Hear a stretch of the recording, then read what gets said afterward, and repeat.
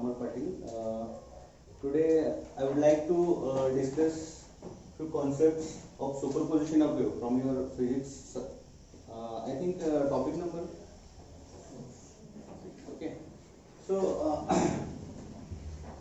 before starting this actual topic, okay, we just describe the meaning of the title. Okay. So write down the title of this topic. Okay.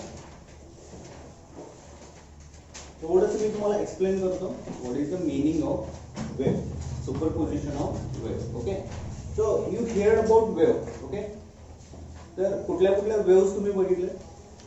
Electromagnetic waves, thermal waves, okay, त्यानंतर light waves, water waves. Okay, there are lot of waves in your day to day life you observed already. Okay, so what is mean by superposition? आता superposition काय असतं? तर superposition असतं the interference of two और number of waves. Okay, ज्यावेळी दोन किंवा number of वेव्हचं superposition होतं तर त्याला आपण इंटरफरन्स होतो, त्याला आपण म्हणतो superposition of wave. Okay, so first thing, let us discuss definition of wave. Definition of wave. Okay, तर वेव्ह काय असतं? ओके, सर मी काय करतो, एक डेफिनेशन इथं पहिल्यांदा राईट करतो, त्यानंतर आपण एक्सप्लेन करू. So definition is, it is the travel of energy in the form of disturbance. What is wave? It is the travel of energy in the form of disturbance. Okay, so इधर थोड़ा लक्ष्य है. So first write down the definition. Okay, heading write down करा, then the definition write down करा. So this is the definition of wave. Read carefully this sentence first. Read carefully. इथे काय लिहिलं बघा, it is the travel of energy in the form of disturbance. Okay, so यासाठी मी एक example घेतो, please लक्ष द्या. एक एक्झाम्पल बघायचं. Suppose there is one string, okay, attached to the fixed wall. एक स्ट्रिंग आहे. स्ट्रिंग म्हणजे काय? String, what is string? एक दोरखंड. ओके, तो अटॅच करतोय मी एका फिक्स वॉलशी. ओके, आता इथं काय करायचं आपल्याला? त्याला एक स्मॉल जर्क प्रोव्हाइड करायचं. जर्क म्हणजे काय? एक आपण ऑसिलेशन म्हणतो त्याला, किंवा धक्का म्हणतो. एक स्मॉल जर्क ज्यावेळी तुम्ही प्रोव्हाइड करताय तर एक small amount of pulse create होईल. काय होतं? एक small amount of pulse will be create in the string. Okay, तुम्ही एक साधा जरी दोरा घेतला आणि तुम्ही एका साईडला त्याला जर्क प्रोव्हाइड केला तर काय होतं बघा, एक अशी वेव्ह क्रिएट होत जाते. तुम्हाला होते, इमॅजिन होते, एक स्मॉल जर्क क्रिएट होत जाते. ओके, आता ही काय, एक पल्स आहे. हे काय झालं, एक पल्स क्रिएट झाली आणि ही त्याची मीन पोझिशन आहे. काय आहे त्याची? मीन पोझिशन आहे. मीन पोझिशन कोणती होती? ही पोझिशन आहे. सेम हाच तो स्ट्रिंग आहे, फक्त त्याला मी जर्क प्रोव्हाइड केला. ओके, आता केल्यानंतर हा एक पल्स क्रिएट होईल and that pulse means your disturbance. Okay, हा जो काही पल्स आहे तो म्हणजे डिस्टर्बन्स, याला आपण वेव्ह म्हणतो. ओके, आता इथे काय करतोय आपण? We just provide the energy to the string. त्या स्ट्रिंगला काय केलंय? एक स्मॉल अमाऊंट ऑफ एनर्जी आपण प्रोव्हाइड केली. आता त्या एनर्जीमुळे ही पल्स क्रिएट झाली. ओके, पल्स क्रिएट झाली and that particular pulse travel from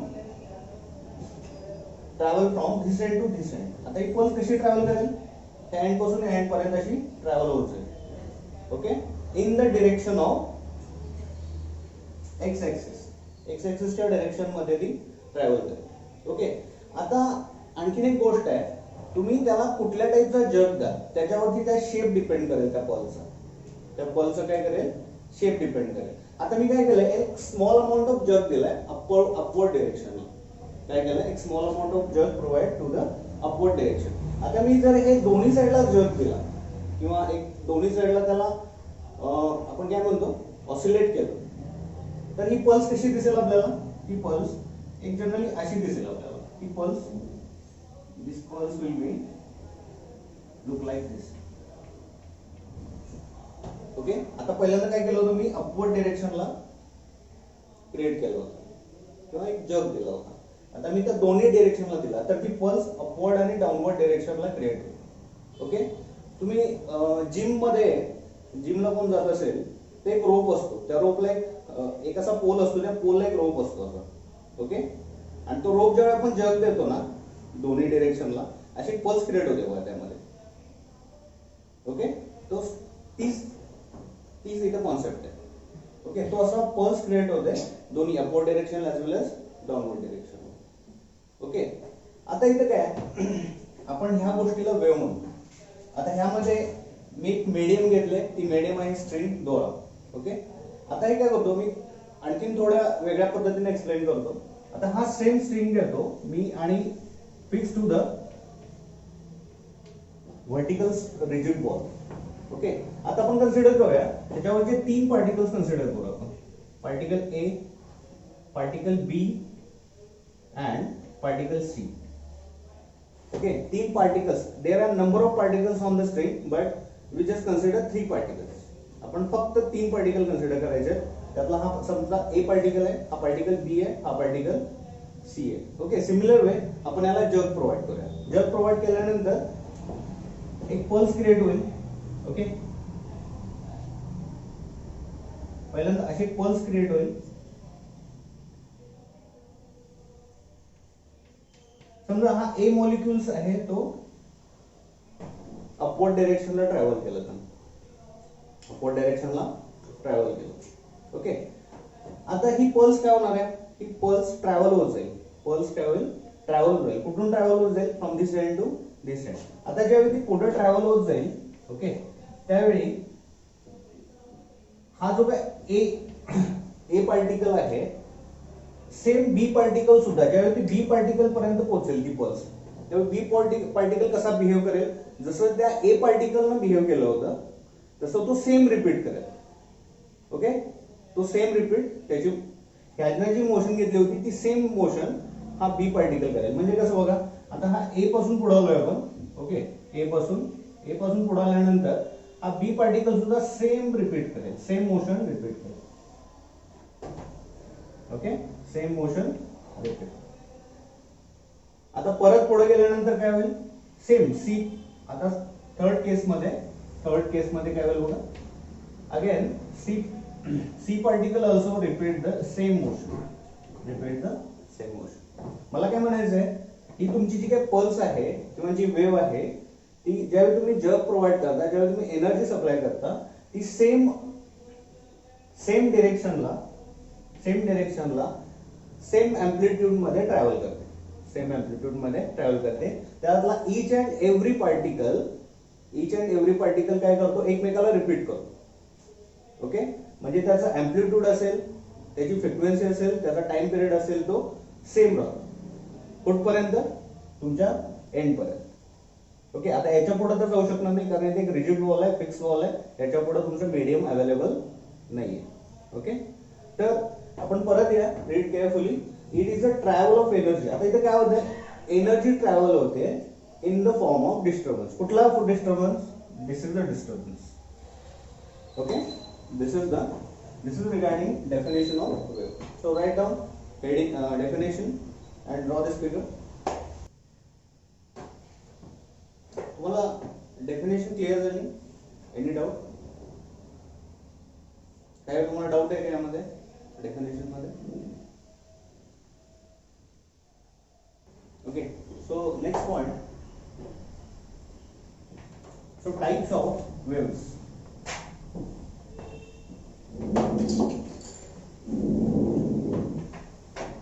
Okay, there are 2 types of waves basically.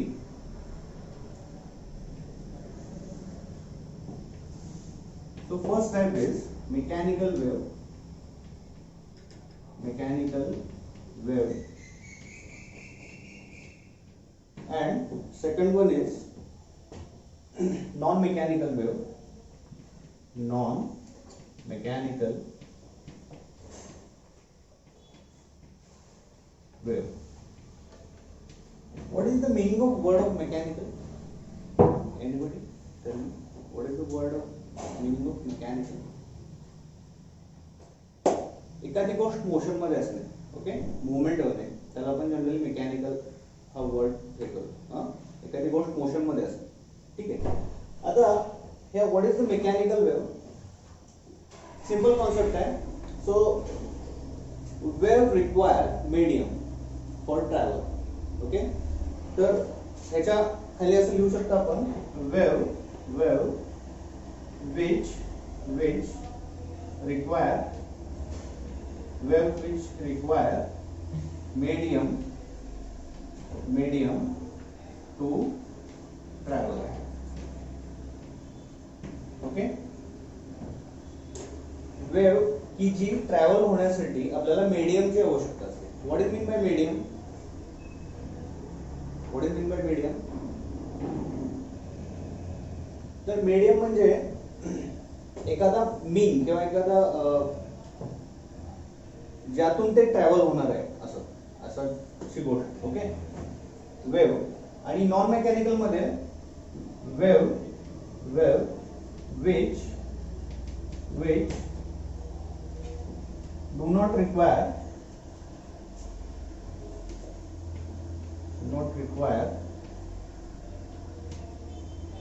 medium to travel. Okay, इथं मीडियमची आवश्यकता असते, इथं मीडियमची आवश्यकता नसते. Okay, so example of mechanical wave, याचे एक्झाम्पल्स बघूया आपण. आता जस्ट एक फर्स्ट एक्झाम्पल आपण बघितलं होतं ड्युरिंग डेफिनेशन. तर स्ट्रिंग, ओके, स्ट्रिंग किंवा वेव्ह इन स्ट्रिंग म्हणू शकतो आपण, वेव्ह इन स्ट्रिंग. आता जे आपण मागाशी जे एक्झाम्पल घेतलं होतं, wave in string. And second is sound.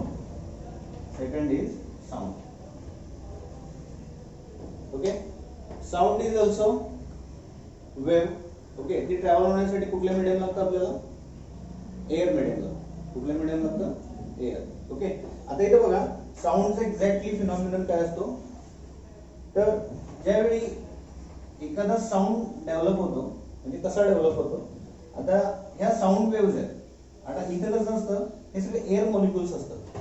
इथून साऊंड बाहेर येणार, त्याच्या बाहेर डेफिनेटली एअर मॉलिक्युल्स असतील, तरच तुम्हाला तो साऊंड ऐकायला मिळेल. ठीक आहे.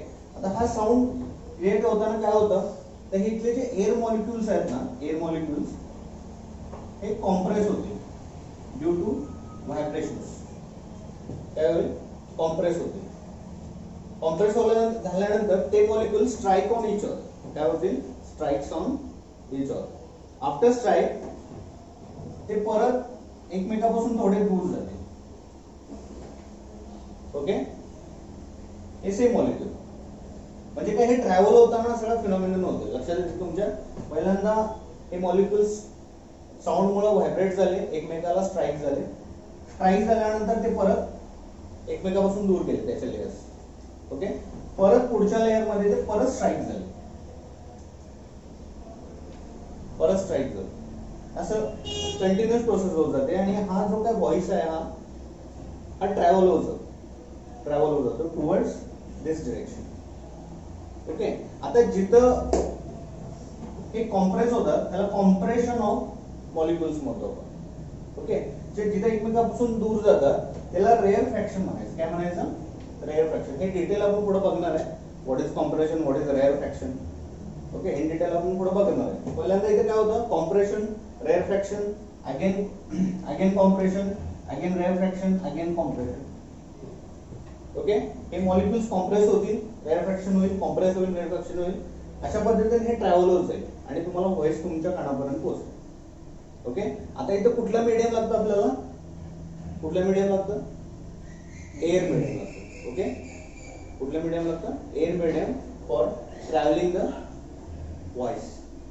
ठीक आहे, that is the second example. First example आपण ऑलरेडी डिस्कस केले, wave in string. And second example is voice किंवा साऊंड. ओके. आता इथे येऊया आपण non mechanical wave. In non mechanical wave which do not require medium to travel. आता ह्या टाईपच्या वेव्स ट्रॅव्हल होण्यासाठी आपल्याला कुठल्याही मीडियमची गरज नसते. Okay. So best example is sun and earth. Okay. आता इथे एक सन आहे, सन आणि अर्थचं एक्झाम्पल घ्या. सन अँड अर्थ.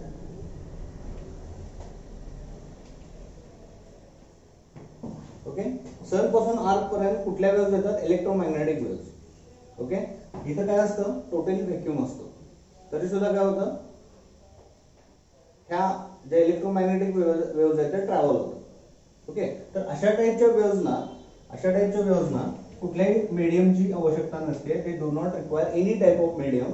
Is known as non mechanical wave. Okay. आता हे नॉन मेकॅनिकल वेव्स आहेत की आपण एवढे डिटेल स्टडी करणार नाही. आपल्या सिलेबसला we bonded with only mechanical wave. आपल्याला फक्त मेकॅनिकल वेव्ह स्टडी करायच्या. ओके. नॉन मेकॅनिकल वेव्ह आपल्याला स्टडी करायचा नाहीये. कळतंय तुम्हाला? ठीक आहे. चार्ट काढला. So write down this chart.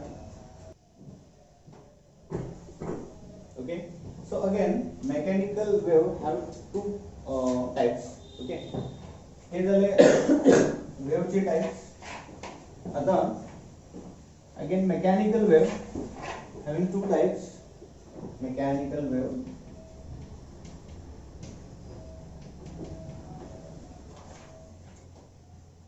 Mechanical wave. Two types. So first type is progressive wave. Progressive wave. And second one is standing wave.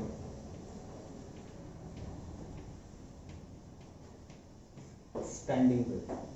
There are two types of mechanical waves: progressive wave and standing wave. आता progressive wave ला आपण traveling wave सुद्धा म्हणतो. Travelling wave. Progressive वेव्हला आपण travelling wave सुद्धा म्हणतो. त्याला स्टँडिंगला stationery wave सुद्धा म्हणतो. ओके. स्टँडिंग और स्टेशनरी वेव्ह और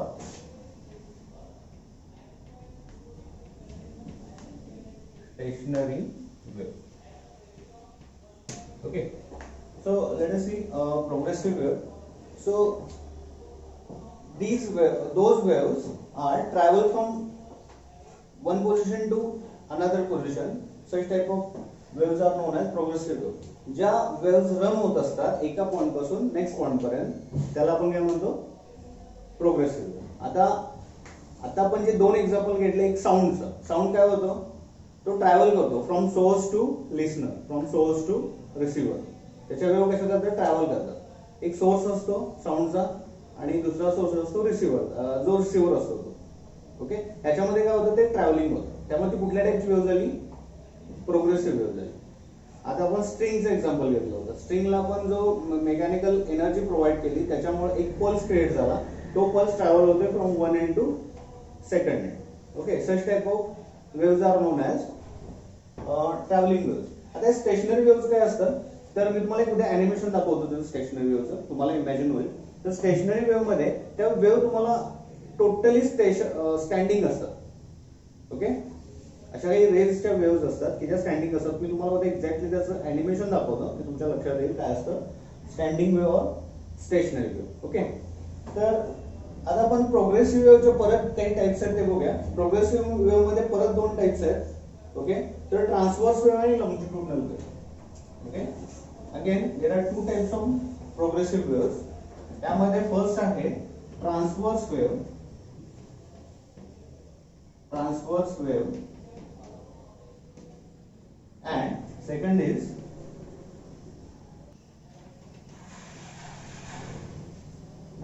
transverse wave and longitudinal wave. Okay. So transverse wave again हे फार इम्पॉर्टंट आहे. तुमच्या पुढच्या ज्या डेरिव्हेशन्स आणि न्यूमरिकल्स आहेत त्यासाठी या दोन कॉन्सेप्ट फार महत्त्वाचे. ट्रान्सव्हर्स वेव्ह आणि लॉंजिट्युडिनल वेव्ह. त्याच्यामध्ये जे तुम्ही आता कॉन्सेप्ट मी सांगणार आहे त्या तुम्हाला थोडं यूज करायचं आहे. ओके. तर आता मी थोडंसं मी इरेज करतो. So let us discuss transverse wave. A transverse wave transverse wave. आता जे मी तुला स्ट्रिंगचं एक्झाम्पल घेतलं, that is the best example of transverse wave.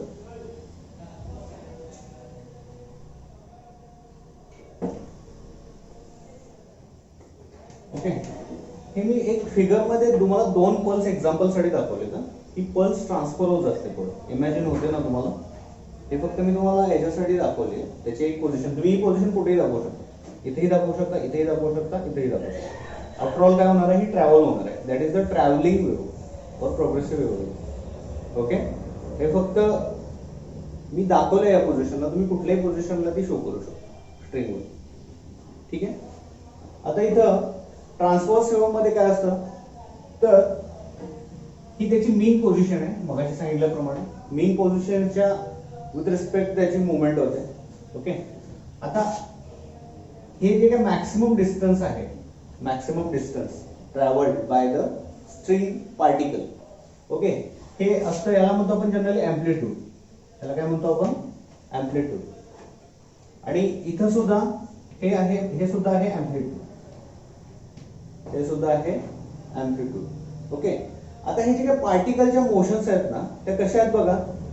हे पार्टिकल्स असे वरती, हा वरती ट्रॅव्हल होते, हा डाऊनवर्ड डायरेक्शनला ट्रॅव्हल होतो. ओके, आणि ह्या पर्टिक्युलर पल्सची व्हेलॉसिटी आहे किंवा ह्या वेव्हची व्हेलॉसिटी आहे, ती कुठल्या डायरेक्शनला आहे, towards this direction. Okay, towards this direction.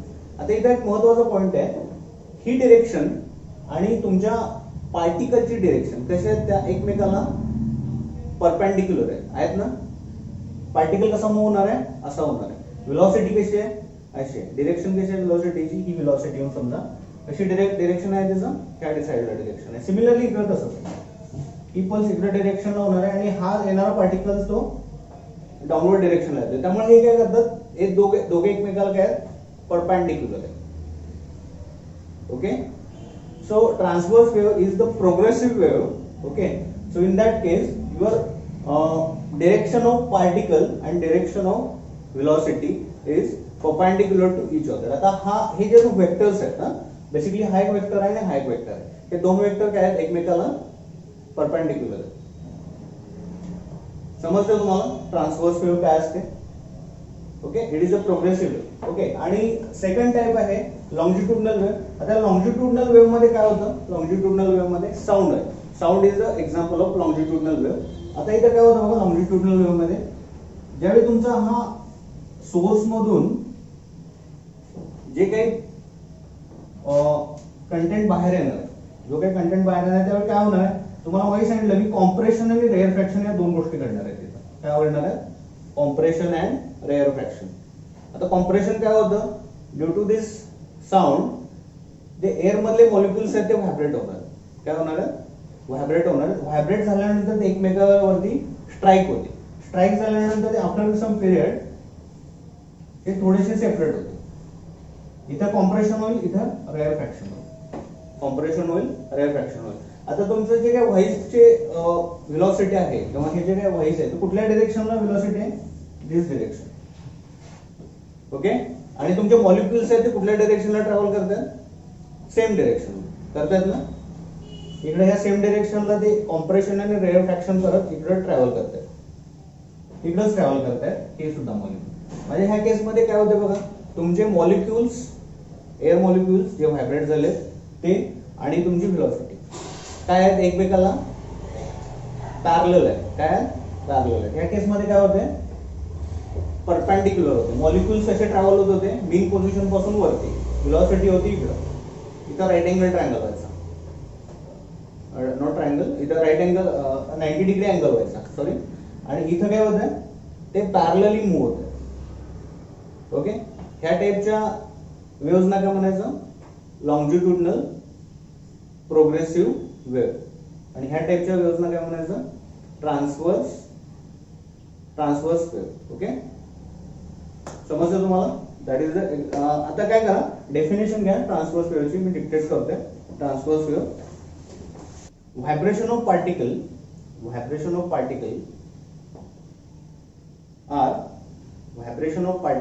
are perpendicular to wave velocity, perpendicular to wave velocity. Vibration of particles are perpendicular to wave velocity. आता हे काय आहे बाळांनो, एक टाइपचं व्हायब्रेशन आहे. हे काय, एक टाइपचं व्हायब्रेशन आहे. व्हायब्रेशन कशामुळे क्रिएट होत आहे?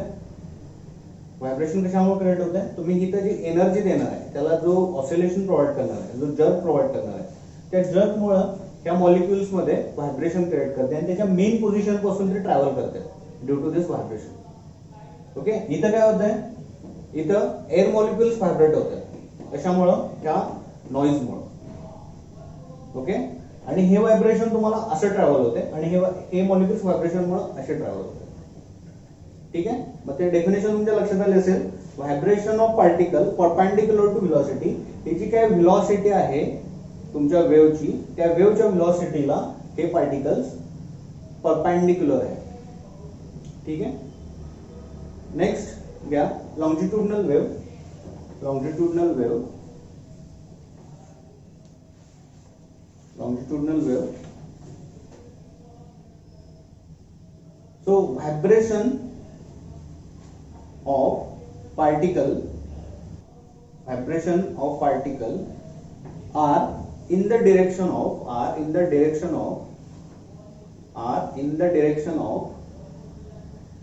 wave velocity. Are in the direction of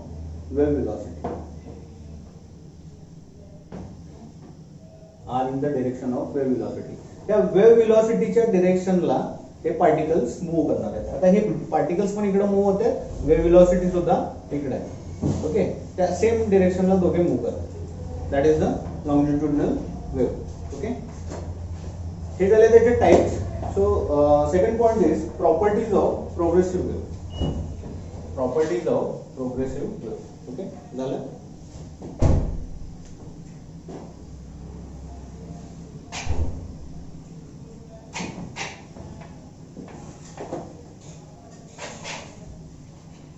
Properties of progressive wave.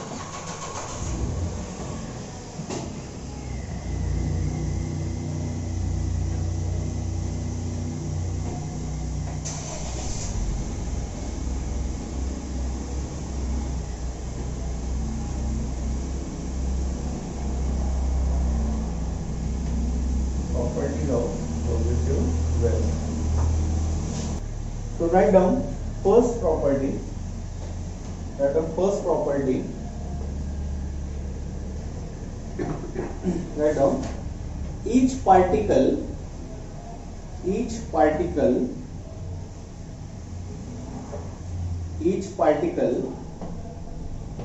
in a medium, each particle in a medium executes the same type of vibration.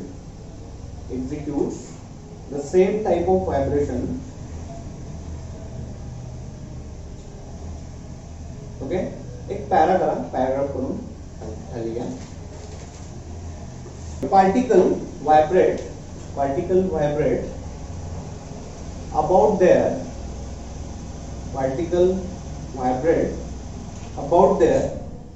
mean position,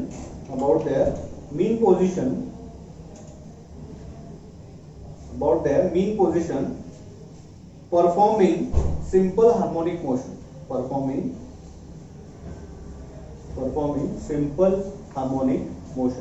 okay, त्याचा पहिला part थोडासा carefully read करा. तिथे काय म्हणले? Each particle in medium execute the same type of vibration. Okay, आता what is mean by same type of vibration?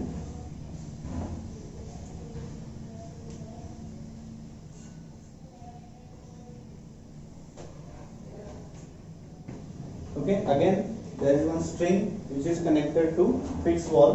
Okay, आता इथं तुम्ही लक्षात घ्या, त्या मीन पोझिशन जी आहे, मीन पोझिशन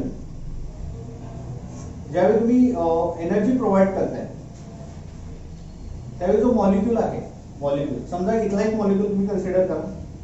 ओके, तुम्ही ज्यावेळी इथे जग प्रोव्हाइड कराल त्यावेळी तो काय करेल? तो पहिल्यांदा वरती ट्रॅव्हल करेल, परत खाली ट्रॅव्हल करेल आणि परत मीन पोझिशनला येईल. काय करेल?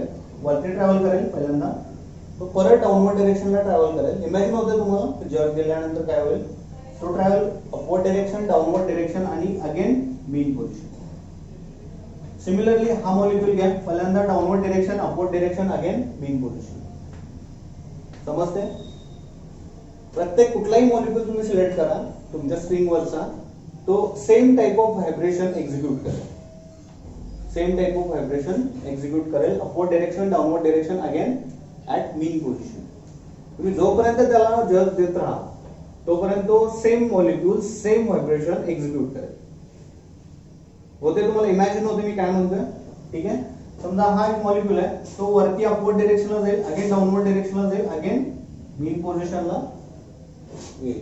त्याचं कंटिन्यू जोपर्यंत तुम्ही एनर्जी सप्लाय देत करत राहा, जोपर्यंत तुम्ही त्याला जर्क देत राहाल, ऑसिलेशन देत राहाल, तेव्हा ते काय होईल, तिथपर्यंत ते त्याचं व्हायब्रेशन जनरेट होत राहील. ओके. तर पहिली प्रॉपर्टी काय म्हणते, each particle in a medium execute the same type of vibration. तुम्ही कुठलाही पार्टिकल घ्या, कुठलाही, ही ज्यावेळी वेव्ह पुढे एक्झिक्यूट होत जाईल त्यावेळी प्रत्येक मॉलिक्यूल सेम व्हायब्रेशन करेल, सेम व्हायब्रेशन एक्झिक्यूट करेल. समजते पहिली प्रॉपर्टी. आता पुढे काय म्हणते त्यांनी, प्रॅक्टिकल म्हणजे त्याच याच्यामध्ये सेकंड पार्ट आहे त्याच प्रॉपर्टीमध्ये, particle vibrate about their mean position performing simple harmonic motion. Okay. तुम्हाला एक आणखीन एक एक्झाम्पल सांगतो. तुम्ही ऑसिलेशन स्टडी केलाय, तर ऑसिलेशन मध्ये काय असतं बघा, तर एक स्प्रिंग आहे, त्या स्प्रिंगला मी ऑब्जेक्ट किंवा पिस्टन कनेक्ट केलाय, ऑब्जेक्ट किंवा पिस्टन कनेक्ट केलाय. आता काय करतो, याला मी मोशन देतो. तर हे after all it is spring loaded, that's why मी याला थोडंसं जर कॉम्प्रेस केलं किंवा टेन्स केलं तरी तो एक मोशन पकडेल due to elasticity of the spring. Okay. तर ती कशी असेल मोशन, तर तो एका ह्या एंडला आणि ह्या एंडला, त्याच्या लेफ्ट साइड आणि राईट साइडला, त्याच्या एक्स्ट्रीम एंड मध्ये कुठं तर तो ट्रॅव्हल करत राहील. काय करत राहील, तो ट्रॅव्हल करत राहील. आणि मग हे काय झालं की त्याची मॅक्सिमम पोझिशन, ही काय झाली, त्याची maximum reaching capacity you can say, तो मॅक्सिमम इथपर्यंत रिच होईल. आणि तो मिनिमम कुठपर्यंत जाईल, इथपर्यंत जाईल, minimum reaching capacity of this object. Okay. आणि ही त्याची असेल मीन पोझिशन, ही काय असेल त्याची मीन पोझिशन, म्हणजे बरोबर त्याचा सेंटर, मीन पोझिशन. ओके. ह्या with respect to this mean position दे एक त्याची मोशन पकडेल आणि त्या मोशनला आपण काय म्हणतो, SHM म्हणतो, सिंपल हार्मोनिक मोशन. मॅक्सिमम तो रिच होईल, परत मिनिममला जाईल, मॅक्सिममला जाईल, मिनिममला जाईल. कधीपर्यंत जाईल, जोपर्यंत ह्याच्यामधली एनर्जी स्टोर आहे या स्प्रिंगमध्ये जोपर्यंत एनर्जी स्टोर आहे. हे एक्झाम्पल तुम्ही आय थिंक ऑसिलेशन मध्ये बघितले. ठीक आहे. हे कंटिन्युअस मोशन मध्ये राहिले. ओके. आता इथं काय झालं बघा, इथं ही त्याची मीन पोझिशन, जशी इथं ही मीन पोझिशन होती ना, तशी इथं याची मीन पोझिशन. ओके. तुम्ही जेवढा मॅक्सिमम एनर्जी प्रोव्हाइड कराल तेवढा हा जो काय मॅक्सिमम रेंज आहे ती वाढत जाईल. जर मोठा होत जाईल त्याची वेव्ह मोठी होत जाईल, तुम्ही जेवढी एनर्जी जास्त त्याला प्रोव्हाइड कराल. ओके. तर ही त्याची झाली मॅक्सिमम पोझिशन. ओके. जशी इथं होती मॅक्सिमम मिनिमम, तशी त्याची मॅक्सिमम मिनिमम, या दोन पोझिशन आहेत आणि या पोझिशन मध्ये तो वेव्ह जनरेट होत जाईल. ओके. म्हणजे काय आहे, जसं इथं सिंपल हार्मोनिक मोशन होते तसं सिमिलरली ह्या मीन पोझिशन भोवती इथं सुद्धा सिंपल हार्मोनिक मोशन परफॉर्म होते, एक्झिक्यूट होते. समजते? जशी इथं होते तशी सेम वे इथं सुद्धा. इथं कसं होतं, ही त्याची मॅक्सिमम रिचिंग कॅपॅसिटी आहे, ह्या रेंज मध्येच तो ट्रॅव्हल होणार. हा तुमचा पिस्टन असेल किंवा कुठलाही ऑब्जेक्ट असेल, ब्लॉक असेल, due to this spring. Okay. पण इथं तसं नाही आहे. इथं तुम्ही ज्यावेळी तो जर्क प्रोव्हाइड कराल त्यावेळी फक्त ही मोशन अशी होती, ही फक्त अशी असणार, ही एक टाईपची सिंपल हार्मोनिक मोशन असेल. ओके. म्हणजे पहिल्या पार्ट मध्ये त्यांनी सांगितलं same type of vibration execute होईल, आणि सेकंड मध्ये सांगितलं की हे जे काही मॉलिक्युल्स आहेत ते सिंपल हार्मोनिक मोशन मध्ये असतील. Okay. So second property second property, write down second property. All vibrating particles, all vibrating particles, all vibrating particles, all vibrating particles have same amplitude, period, same amplitude, period and frequency, Okay, what do you mean by amplitude? So displacement from mean position, त्याला आपण amplitude म्हणतो. Okay, displacement from mean position. ह्या केस मध्ये amplitude कुठल्या सांगतो? Displacement from mean position of the object.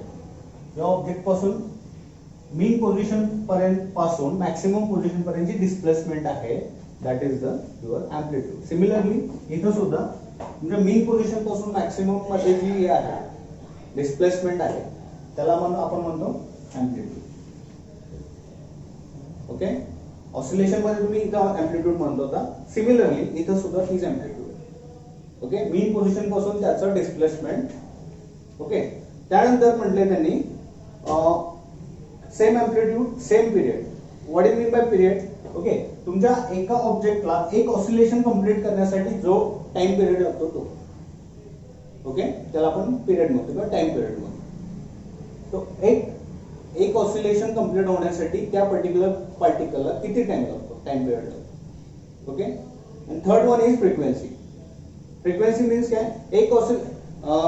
एका second मध्ये किती ऑसिलेशन कंप्लीट होतं, फ्रिक्वेंटली, त्याला आपण फ्रिक्वेन्सी म्हणतो. ओके, आता ज्यावेळी तुम्ही ह्याला एक वेव्ह मध्ये कन्वर्ट कराल त्या स्ट्रिंगला, तर त्या केसमध्ये तुमचा अँप्लिट्यूड, टाइम आणि फ्रिक्वेन्सी आर सेम. तुम्ही कुठल्याही पल्स मध्ये या, इथला अँप्लिट्यूड घ्या, इथला अँप्लिट्यूड घ्या. तुम्ही समजा अजून एक पल्स इमॅजिन केली,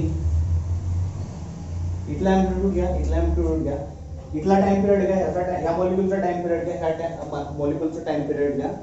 ऑल हॅव्हिंग सेम क्वांटिटी. सगळ्या क्वांटिटीज काय असतील त्या सेम असतील. म्हणजे तुमचा अँप्लिट्यूड सेम असेल, टाइम पिरियड सेम असेल, फ्रिक्वेन्सी सेम असेल. That is the second property. Okay, third property. Okay, आपण थर्ड प्रॉपर्टी शेवटी घेऊया, किंवा तुम्ही ते स्पेस ठेवा. तुम्हाला फेज हा कॉन्सेप्ट समजल्यानंतर आपण थर्ड प्रॉपर्टी घेऊया. ओके, डायरेक्टली आपण फोर्थ प्रॉपर्टीला जम्प करूया. तुम्ही स्पेस ठेवा किंवा फायनली शेवटी लिहून घेतली तरी चालेल. Okay, so fourth property, write down. So fourth property, no particle remains permanently rest.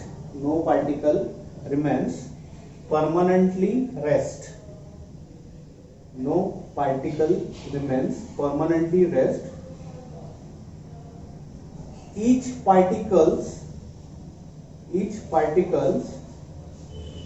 comes to rest momentarily. Each particle comes to rest momentarily while extreme position of vibration.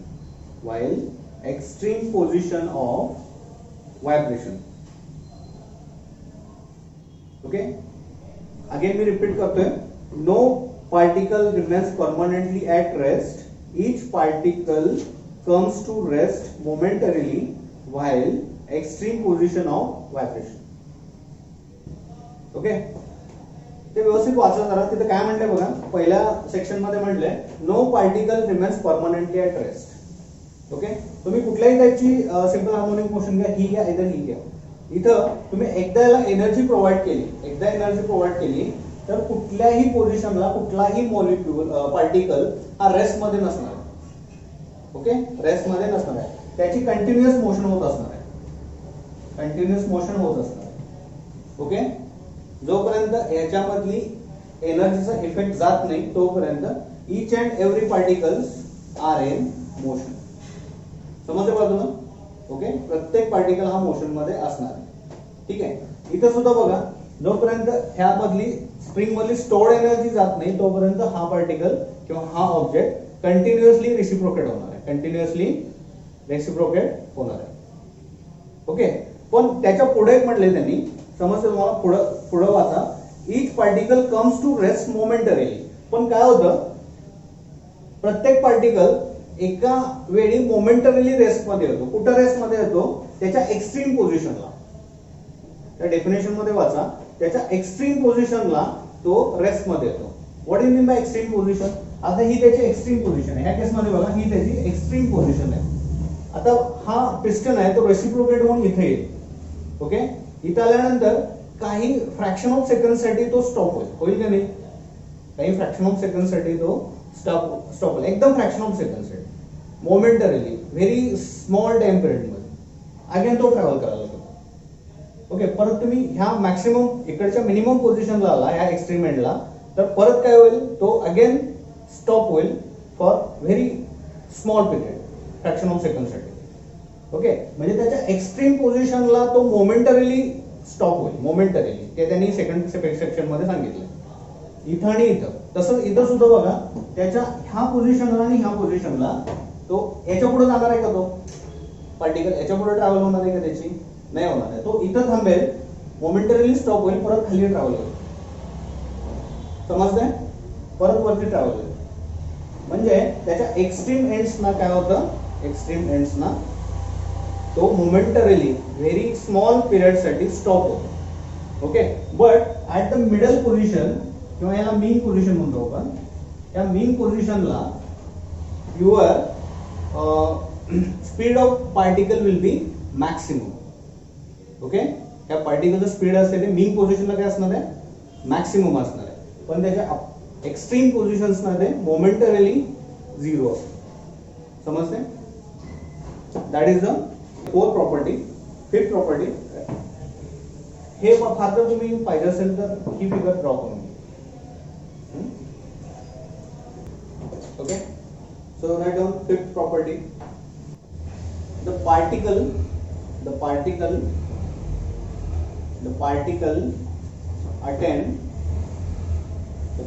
attain maximum velocity.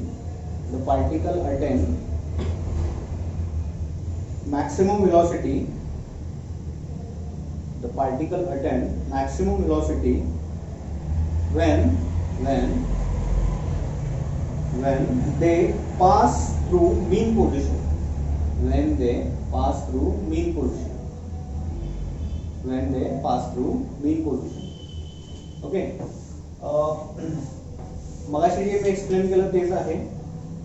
तुमच्या मीन पोझिशनला velocity काय असणार आहे? Maximum असणार. समजते? मीन पोझिशनला तीच property आहे. एक्स्ट्रीम पोझिशनला मोमेंटरीली झिरो असणार आहे, व्हेरी स्मॉल मोमेंटसाठी, आणि मीन पोझिशनला मॅक्सिमम असणार आहे. Okay, so six property number 6. During the propagation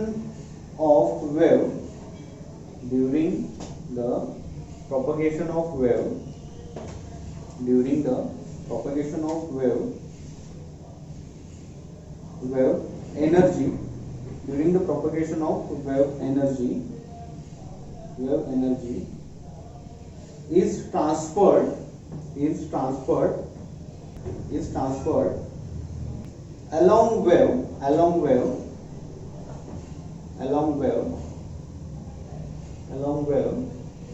There is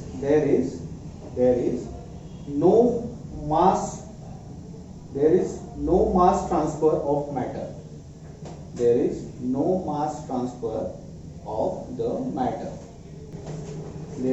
no mass transfer of the matter. Okay, that is the transfer of energy. आपल्या डेफिनेशन मध्ये बघितलं, ही काय असते? एनर्जी ट्रान्सफर असते टाइपचा. ओके, इथून मी जी एनर्जी त्या सोर्स पार्टिकलला दिली, याला आपण सोर्स पार्टिकल म्हणतो. काय म्हणतो? Source particle. त्या सोर्स पार्टिकलला जेव्हा ती एनर्जी देतो, ती एनर्जी ट्रान्सफर होत असते. ओके, जेव्हा ती एनर्जी प्रोपोगेट होत असते, ट्रान्सफर होत असते. Okay, so only energy is transferred. Only energy, हे वाचा व्यवस्थित, इथं फक्त एनर्जी ट्रान्सफर होते.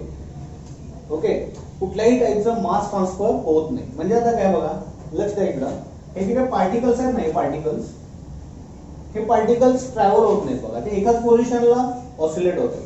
काय होत आहेत? एकाच पोझिशनला ऑसिलेट होत आहेत. ते पुढे ट्रॅव्हल होत आहेत का? नाही. मास म्हणजे काय? एखादा एक्सटेंट. ओके, काही असं काही यातला कुठला पार्टिकल तुटून पुढे गेलाय का? नाही गेलेला. तो एक्सटेंट एका ठिकाणी आहे, फक्त त्याची एनर्जी ट्रान्सफर होते. There is no any type of mass transfer. कुठल्याही टाइपचा तिथं मास ट्रान्सफर होत नाही, ओनली एनर्जी ट्रान्सफर होते. समजते? एवढं लक्षात ठेवा.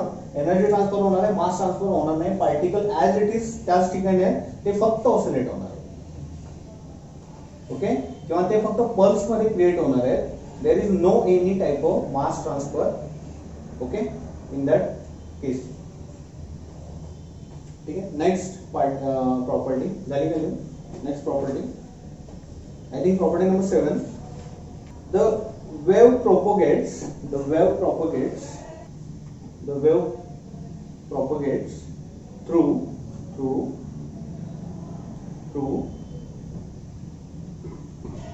the medium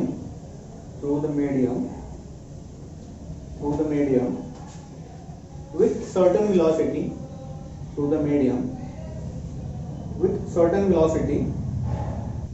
this velocity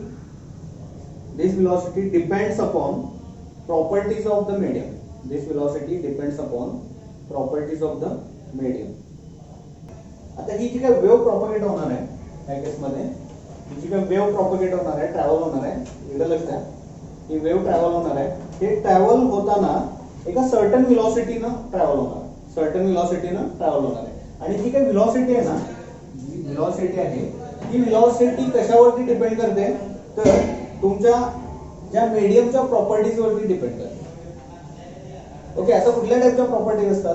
काही मेकॅनिकल प्रॉपर्टीज असतात, काही केमिकल प्रॉपर्टीज असतात, ओके, काही थर्मल प्रॉपर्टीज असतात.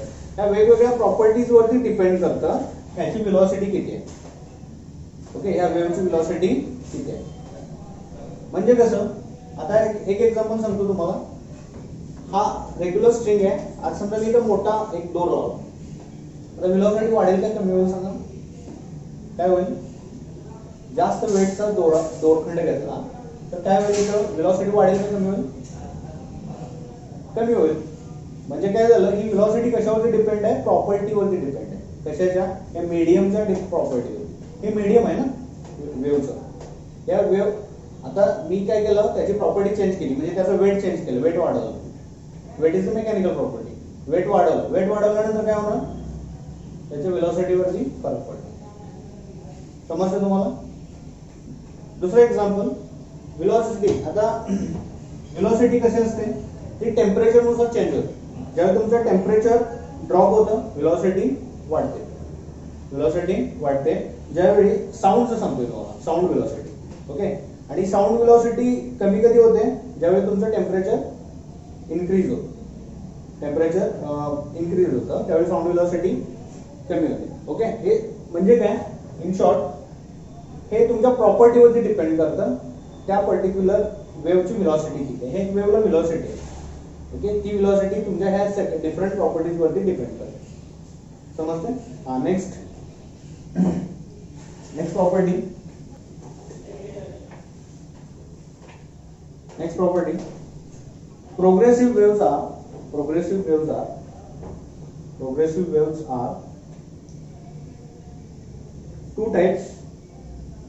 Progressive waves are two types. Transverse and longitudinal. Transverse and longitudinal waves. Progressive waves are two types, transverse and longitudinal waves. म्हणजे progressive वेव्हचे दोन type आहेत. एक आहे ट्रान्सवर्स आणि दुसरे आहे लॉंगिट्युडनल. हे आपण ऑलरेडी डिस्कस केले. प्रोग्रेसिव्ह वेव्हचे दोन टाइप, ट्रान्सवर्स अँड लॉंगिट्युडनल. पुढची प्रॉपर्टी घ्या, property number 9. In transverse wave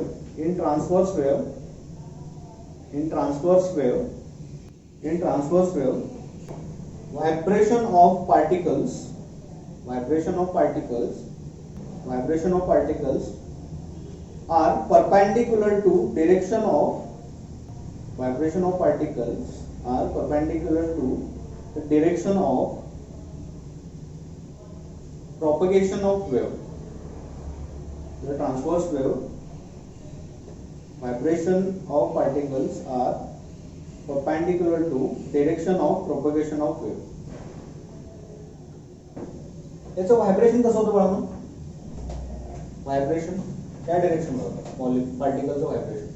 okay, आणि व्हेलॉसिटी कुठल्या डायरेक्शनला असते? प्रोपगेशन ऑफ व्हेलॉसिटी त्या डायरेक्शनला असते. हे काय एकमेकाला परपेंडिक्युलर, ऑलरेडी आपण डिस्कस केले. Vibration and direction of velocity are perpendicular to each other. Okay, पुढे घ्या. त्याच ह्याच्यामध्ये त्याच पुढचा सेक्शन तर प्रॉपर्टी मधला in longitudinal wave. Longitudinal wave मध्ये सांगा मला काय असेल? काय असेल सांगा? Parallel. Okay, in longitudinal wave vibration of particles are along the direction of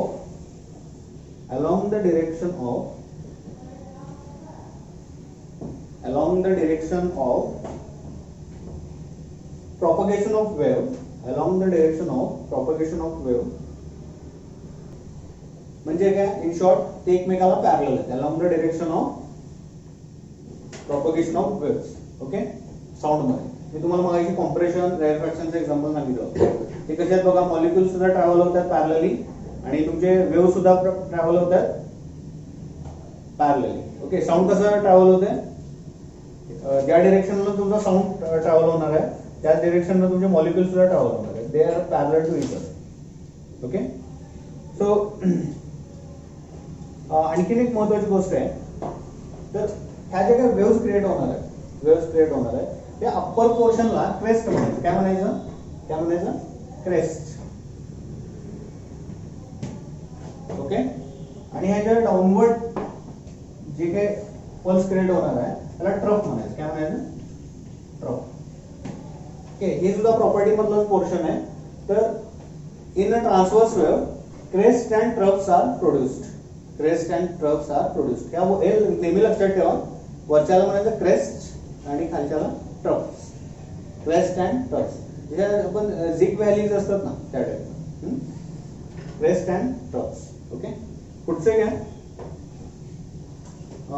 property number 10. Transverse and longitudinal waves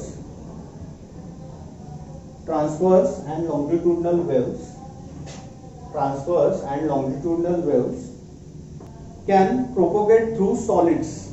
Propagate होणे म्हणजे ट्रॅव्हल करणे.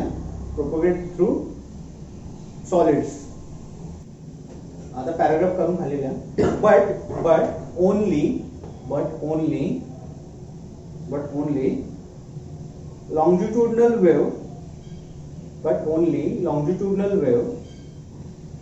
but only longitudinal wave propagates through fluids.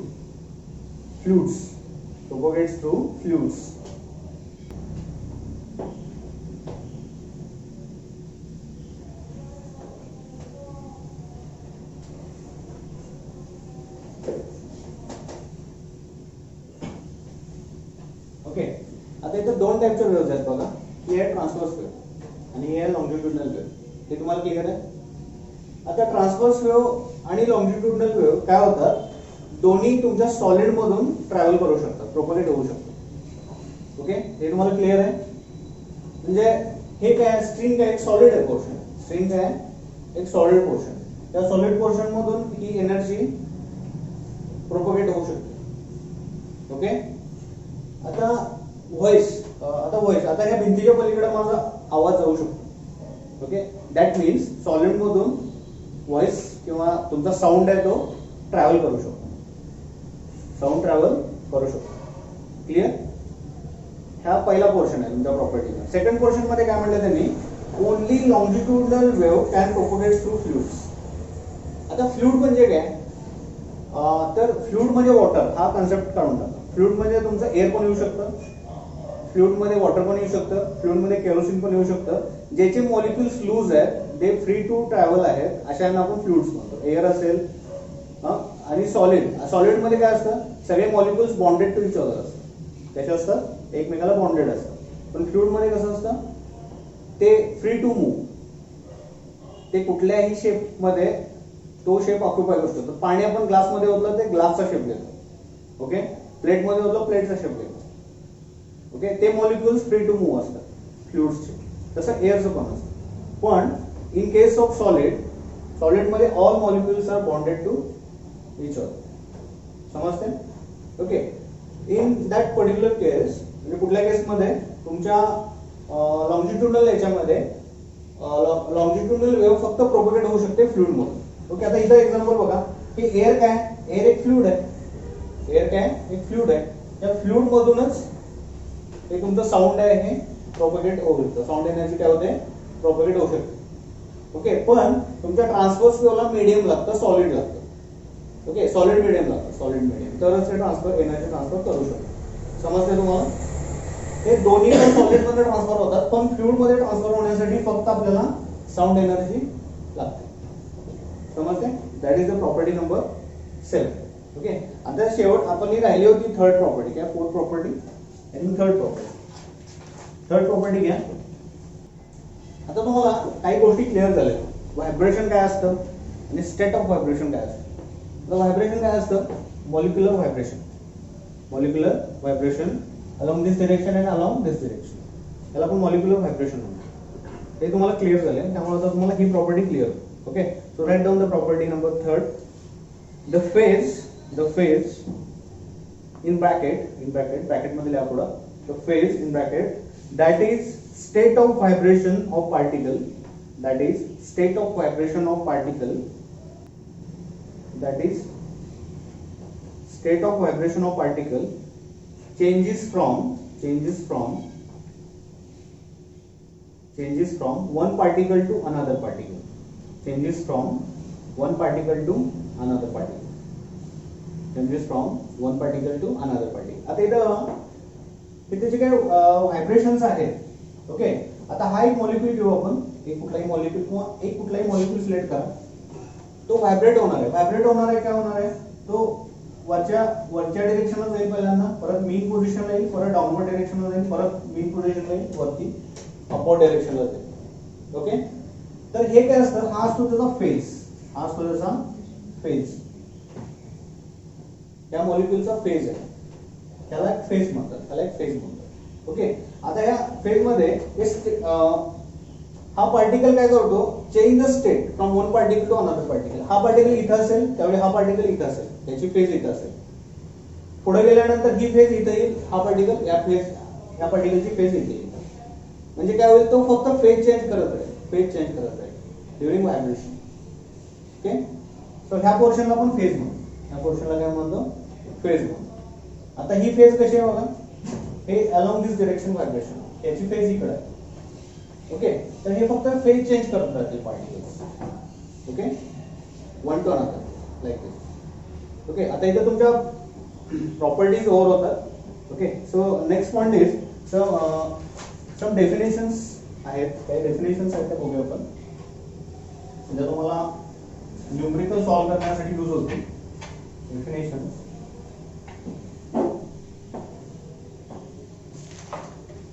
Definitions, some important definitions. So first definition is wavelength.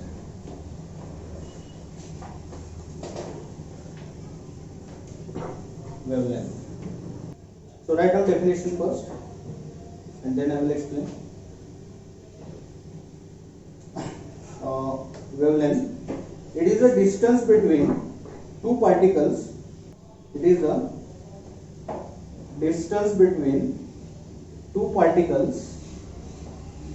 It is a distance between two particles which are in the same phase. Okay. So see here.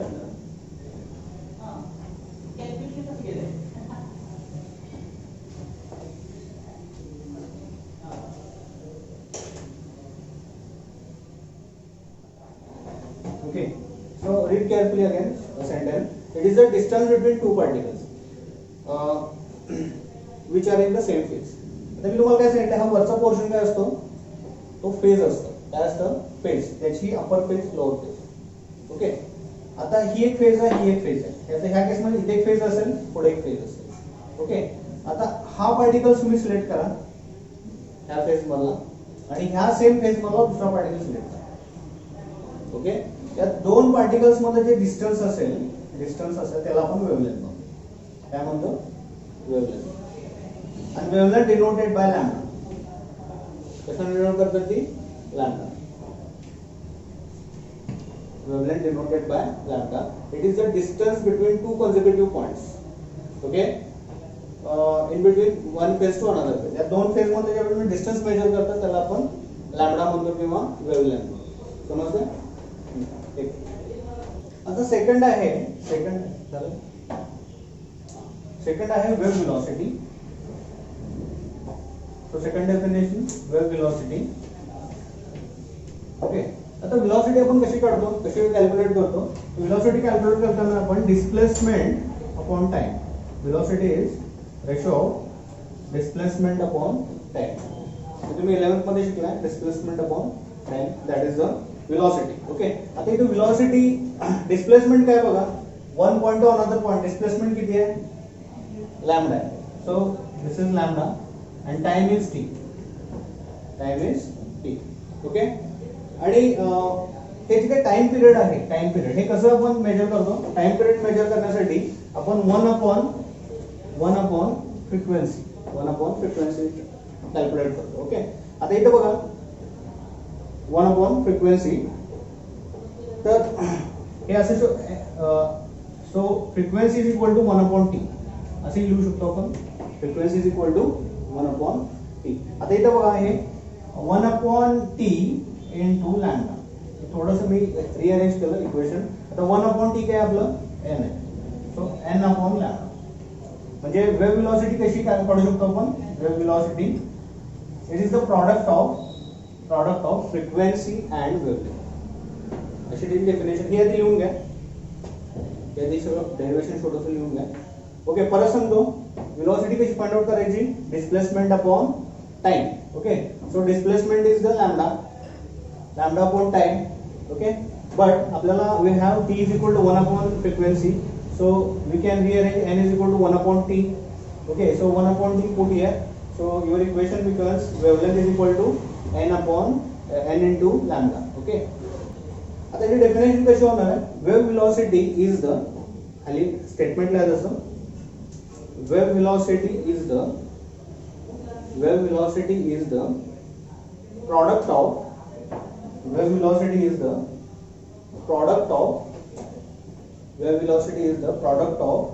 frequency and wavelength.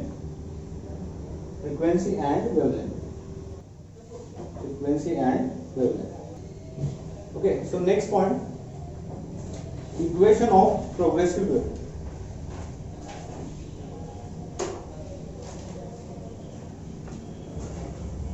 Equation of progressive wave. Equation of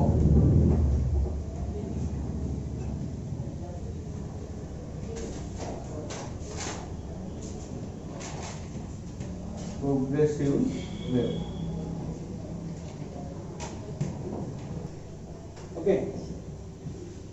आता ह्या figure मध्ये थोडं लक्ष द्या. आता हे distance आपण कसं ट्रॅव्हल करतो, हे डिस्टन्स ट्रॅव्हल करण्यासाठी आपल्याला x इज इक्वल टू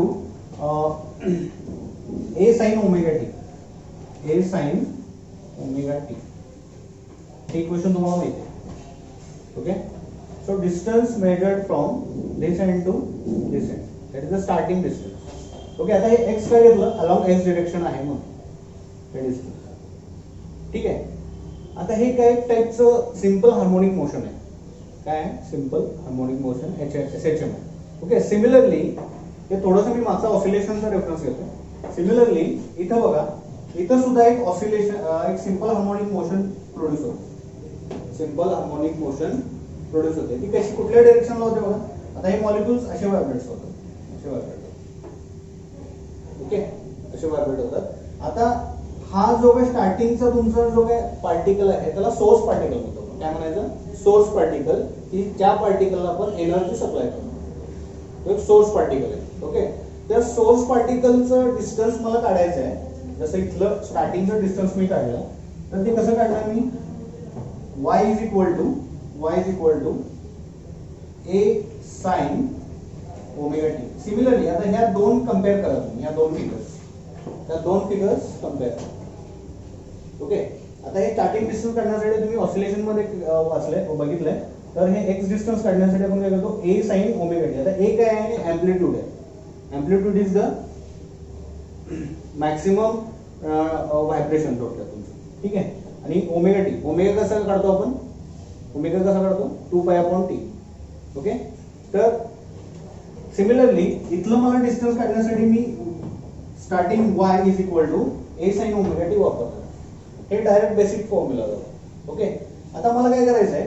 एका x डिस्टन्स वरचं मला हे काढायचं. हा एक मॉलिक्यूल मी सिलेक्ट करतो, हा मॉलिक्यूल सिलेक्ट करतो, किंवा हा इथला करतो,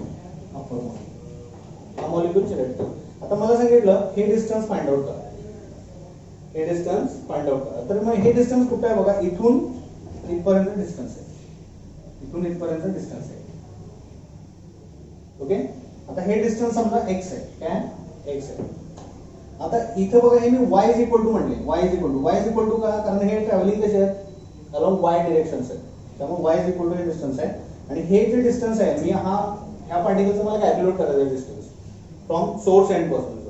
तर मी x आहे असं कन्सिडर करतो. ठीक आहे, आता हे कन्सिडर करताना मला काय करावं लागेल? तर y is equal to a sin omega t minus kx. आता याचे काही नोटेशन्स आहेत, साइन कन्व्हेन्शन, त्या सांगतो मी तुम्हाला. आता इथे बघा त्यामध्ये ऍड काय झाले? मायनस kx ऍड झाले. आता मायनस kx ऍड झाले. आता याचं डिरेक्शन कुठे आहे? अलॉंग दिस डिरेक्शन. जे ट्रॅव्हलिंग कसं होत आहे? अलॉंग दिस डिरेक्शन. हे जर ट्रॅव्हल उलट होत असते या डिरेक्शनला, एक्स इकडं जे वेव्ह अशी असते उलटी, तर इथे असतं प्लस. पण अलॉंग दिस डिरेक्शन, अलॉंग राईट साइड याचं ट्रॅव्हल करते, वेलोसिटी आहे. दॅट्स वाय हे मायनस घ्यायचं. जर ती इकडे ट्रॅव्हल करत असेल तर प्लस घ्यावं लागतं असतं आपल्याला. ओके, आता ह्यामधलं w is equal to 2π/t असते. 2π/t. ओके, आणि ज्यावेळी ही अप्पर क्रेस्ट असते, ही क्रेस्ट असते, त्यावेळी ही पॉझिटिव्ह पकड क्रेस्ट असते. ज्यावेळी तुम्ही ट्रफ साठी कॅल्क्युलेट करता त्यावेळी इथं निगेटिव्ह घ्यावं लागतं. हे निगेटिव्ह घ्यावं लागतं. हे त्याच्या साइन कन्व्हेन्शन आहे. ठीक आहे, मग हे कसं कॅल्क्युलेट करणार तुम्ही? Formula a sin omega t minus kx. Right down this formula. म्हणजे काय करते मी? काय केलंय? सोर्स पासून त्या मॉलिक्यूलचं डिस्टन्स फाइंड आउट केलंय. ओके, मी कुठला बेस घेतलाय? ह्या ऑसिलेशनच्या फॉर्म्युलाचा बेस घेतलाय. Okay, here k is equal to, k ची व्हॅल्यू असते 2π/λ.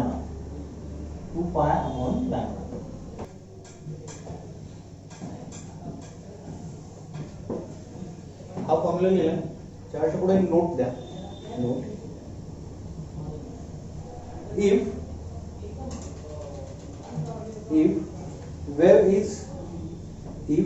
is traveling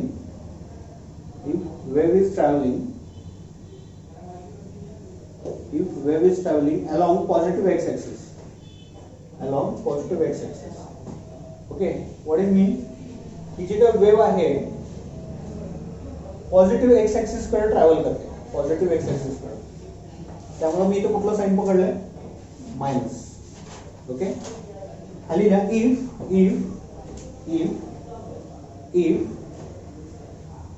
wave is traveling along negative x-axis,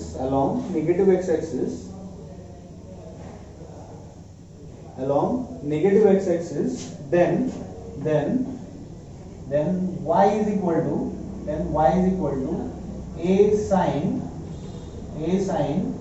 into omega t plus kx. Okay, आता ह्या दोन्ही इक्वेशन्सला अंडरलाइन करा.